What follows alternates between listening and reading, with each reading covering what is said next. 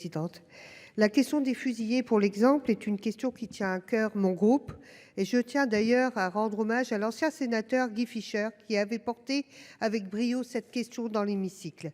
Effectivement, le groupe communiste et citoyen à l'époque avait déposé en 2013 une proposition de loi visant à répondre à la demande juridique et mémorielle au sujet de la réhabilitation. Notre amendement vise donc à réhabiliter l'ensemble des soldats fusillés, pour l'exemple, durant la Première Guerre mondiale. En effet, nous considérons qu'il n'est pas possible de faire le tri, plus de 100 ans après, entre les soldats fusillés à tort, victimes de condamnations arbitraires ou abusives, et ceux dont l'exécution était justifiée.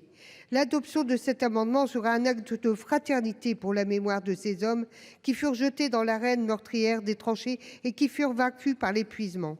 Alors, mes chers collègues, sachant aujourd'hui qu'il n'y a plus de témoins et que notamment beaucoup de preuves sont en partie détruites, je vous demande d'y réfléchir. De nombreuses associations le réclament, ainsi que la Ligue des droits de l'homme.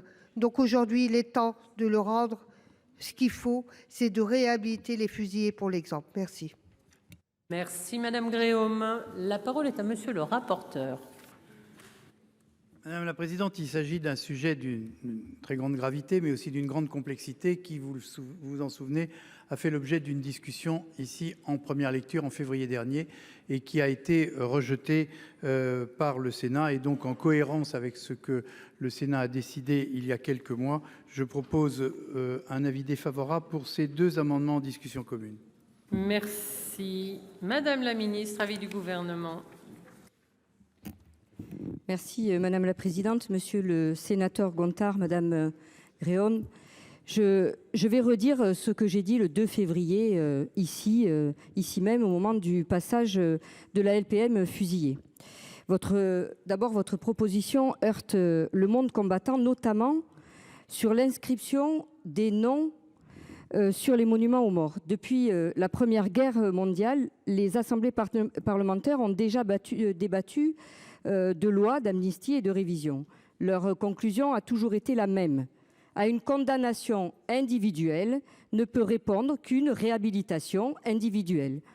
En effet, la réhabilitation générale poserait problème si certains fusillés, pour l'exemple, ont été condamnés à l'issue d'une justice militaire expéditive, d'autres l'ont été à raison de crimes qui ne sont pas pardonnables.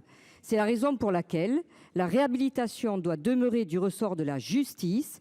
Toute réhabilitation générale empiéterait sur le principe de séparation des pouvoirs. Votre amendement semble méconnaître le principe constitutionnel de séparation des pouvoirs. Je vous propose donc de retirer cet amendement dont le sujet n'a pas de lien avec la LPM. Merci. Merci Madame la ministre. Il n'y a pas d'explication de vote. Je vais donc mettre aux voix. Pardon Monsieur Laurent, excusez-moi. Ce sera très court, mais je trouve les deux réponses qui sont faites, et singulièrement celle de la ministre, désolantes d'inhumanité sur ce sujet. Merci Monsieur le Président. Monsieur Gontard, vous avez la parole.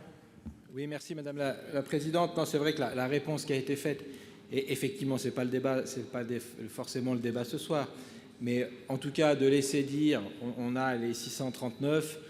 On sait déjà, les discussions ont déjà eu lieu sur ces 639 où des études historiques, etc. ont déjà été faites. Donc je dirais que maintenant on est passé déjà à autre chose. Donc Madame la Ministre, je pense, regardez ça de près. Je pense que cette réhabilitation doit avoir lieu. Elle aura lieu, donc autant qu'elle se fasse le plus rapidement possible. Madame la Ministre, vous souhaitez la parole? Merci madame la présidente. Monsieur le sénateur Laurent, je ne peux pas vous laisser dire ça. J'ai une attention particulière depuis le 4 juillet, depuis que j'ai été nommée. Nous avons eu ici les discussions. J'ai expliqué, je ne sais pas combien de fois, qu'on ne peut pas faire une réhabilitation, il faut qu'elle soit individuelle. Il y a dans les archives la possibilité, et ça a été fait d'ailleurs, ça a été fait. Il y a des fusillés qui ont retrouvé, je vais dire, l'honneur. Et donc, ce que je vous invite à faire, et je l'avais déjà dit, c'est de regarder dans les archives. Je suis désolée, il y a des familles qui l'ont fait.